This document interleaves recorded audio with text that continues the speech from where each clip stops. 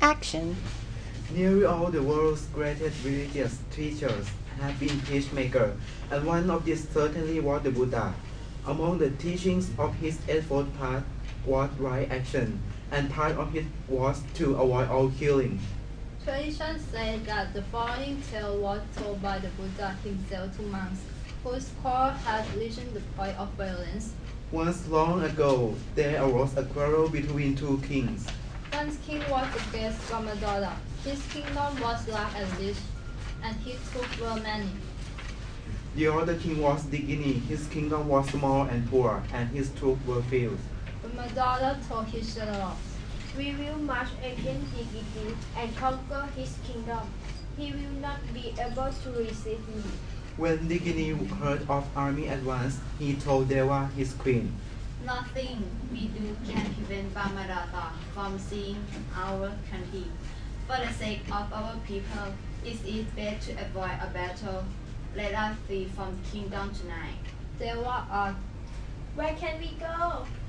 We will go to Brahmadata's old capital city, Millionaire. It is large enough to hide in, and we will never search for us there. So they took their young son, Degavu, and fled by night to Binas. There they lost in the four corners of the city. King Digiti disguised himself as a wandering holy man and is there bringing enough corn and food for them all. Time passed, and the prince grew toward manhood. Then King Digini told his wife, Surely, it is said, we may forgive those who hurt us, but we never forgive those we hurt. If Brahmadata find us here, we will surely kill us all. It's best to send our son from the city. "Let him go to my parents in the west. There he can learn the arts and science proper to his estate." So they sent the king away.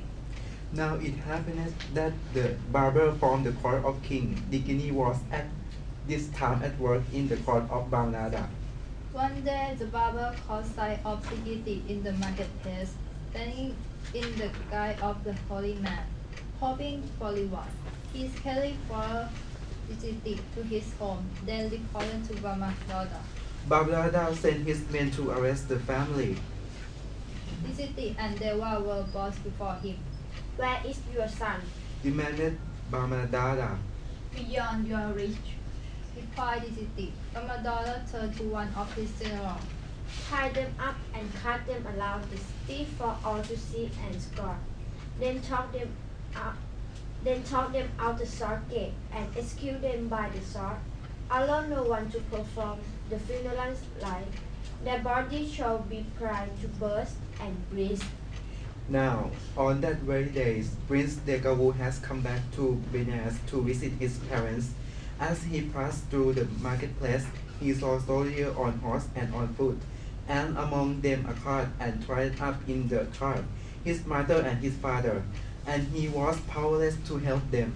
King Digiti saw the king as well, wishing to assuage his son, yet mindful not to give him away. Digiti called out as if to no one, and there were his words. Be not short-sighted, be not long-sighted, not by violence. If violence ends, violence is ended by non-violence. As a darkness fell, King Digini and Queen Deva was taken outside the city wall and executed by the sword. Their bodies were left on the ground, with a dozen soldiers standing guard. Within the city, Prince Degavu told himself, First, I will perform the funeral rites for my parents. Then I will find a way to avenge them. He brought some wine from the marketplace out to the guard. They took his galley and food lay down and asleep. Degavu piled up wood, pressed his parents' body on top, then lit the funeral pyre. He pressed his palms together and walked three, and rich and his troops were many. At the moment, at the royal palace, Brahmadara was sewing upon his loose turban, passing over the work of King Digiti that had been reported to him. Gazing far south over the city wall, he spied the fire and appropriate giving return. It must be Prince Gikaru. The prince, his duty complete, slipped quickly into the forest. But then he said that hiding from Commodore meant while giving for his parents. At last, the danger and the tears had passed, and Dekawu entered the city once more. At the royal elephant stable, he took work as a apprentice. And so it was one morning at Dekawu rose early, sat before the stables and sang the great the dawn. His voice deepened to the palace and to the balcony of King Bambadola, who had also listened early, wakened by the fearful deed. How lovely! I have need of such music to ease my mind. He sent for a singer, and Dekawu was brought before him. Sing for me. Said Bambadola, not knowing who the young man was. Dekawu sang, and the king's heart was gladdened. Then Brahmadada told him. Stay with me. And Gawu answered, As you wish, my lord. So Dekawu became the king's attendant. and since the young man's conduct was agreeable and his was pleasing, the king grew ever more fond of him, bestowing on him more and more responsibility and trust. Then came a day when Brahmadada desired to go hunting. Today you will drive my chariot. And the Gawu replied, It is my honor, my lord. So Dekawu that day drove the chariot of the king. but as the hunt pursued their quarry, the Gawu hurriedly took the path that lay away. He brought the king far from the sight and hearing of the other.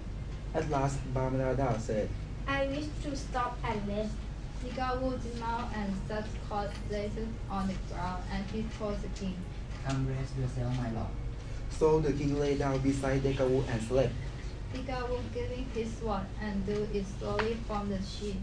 He pointed the blade at the throat of Brahmadada. And then they came to hear the words of his father. Be not short-sighted, be not long-sighted, not by violence is violence end. Violence is end by non-violence. The sword of Dekawu trembled.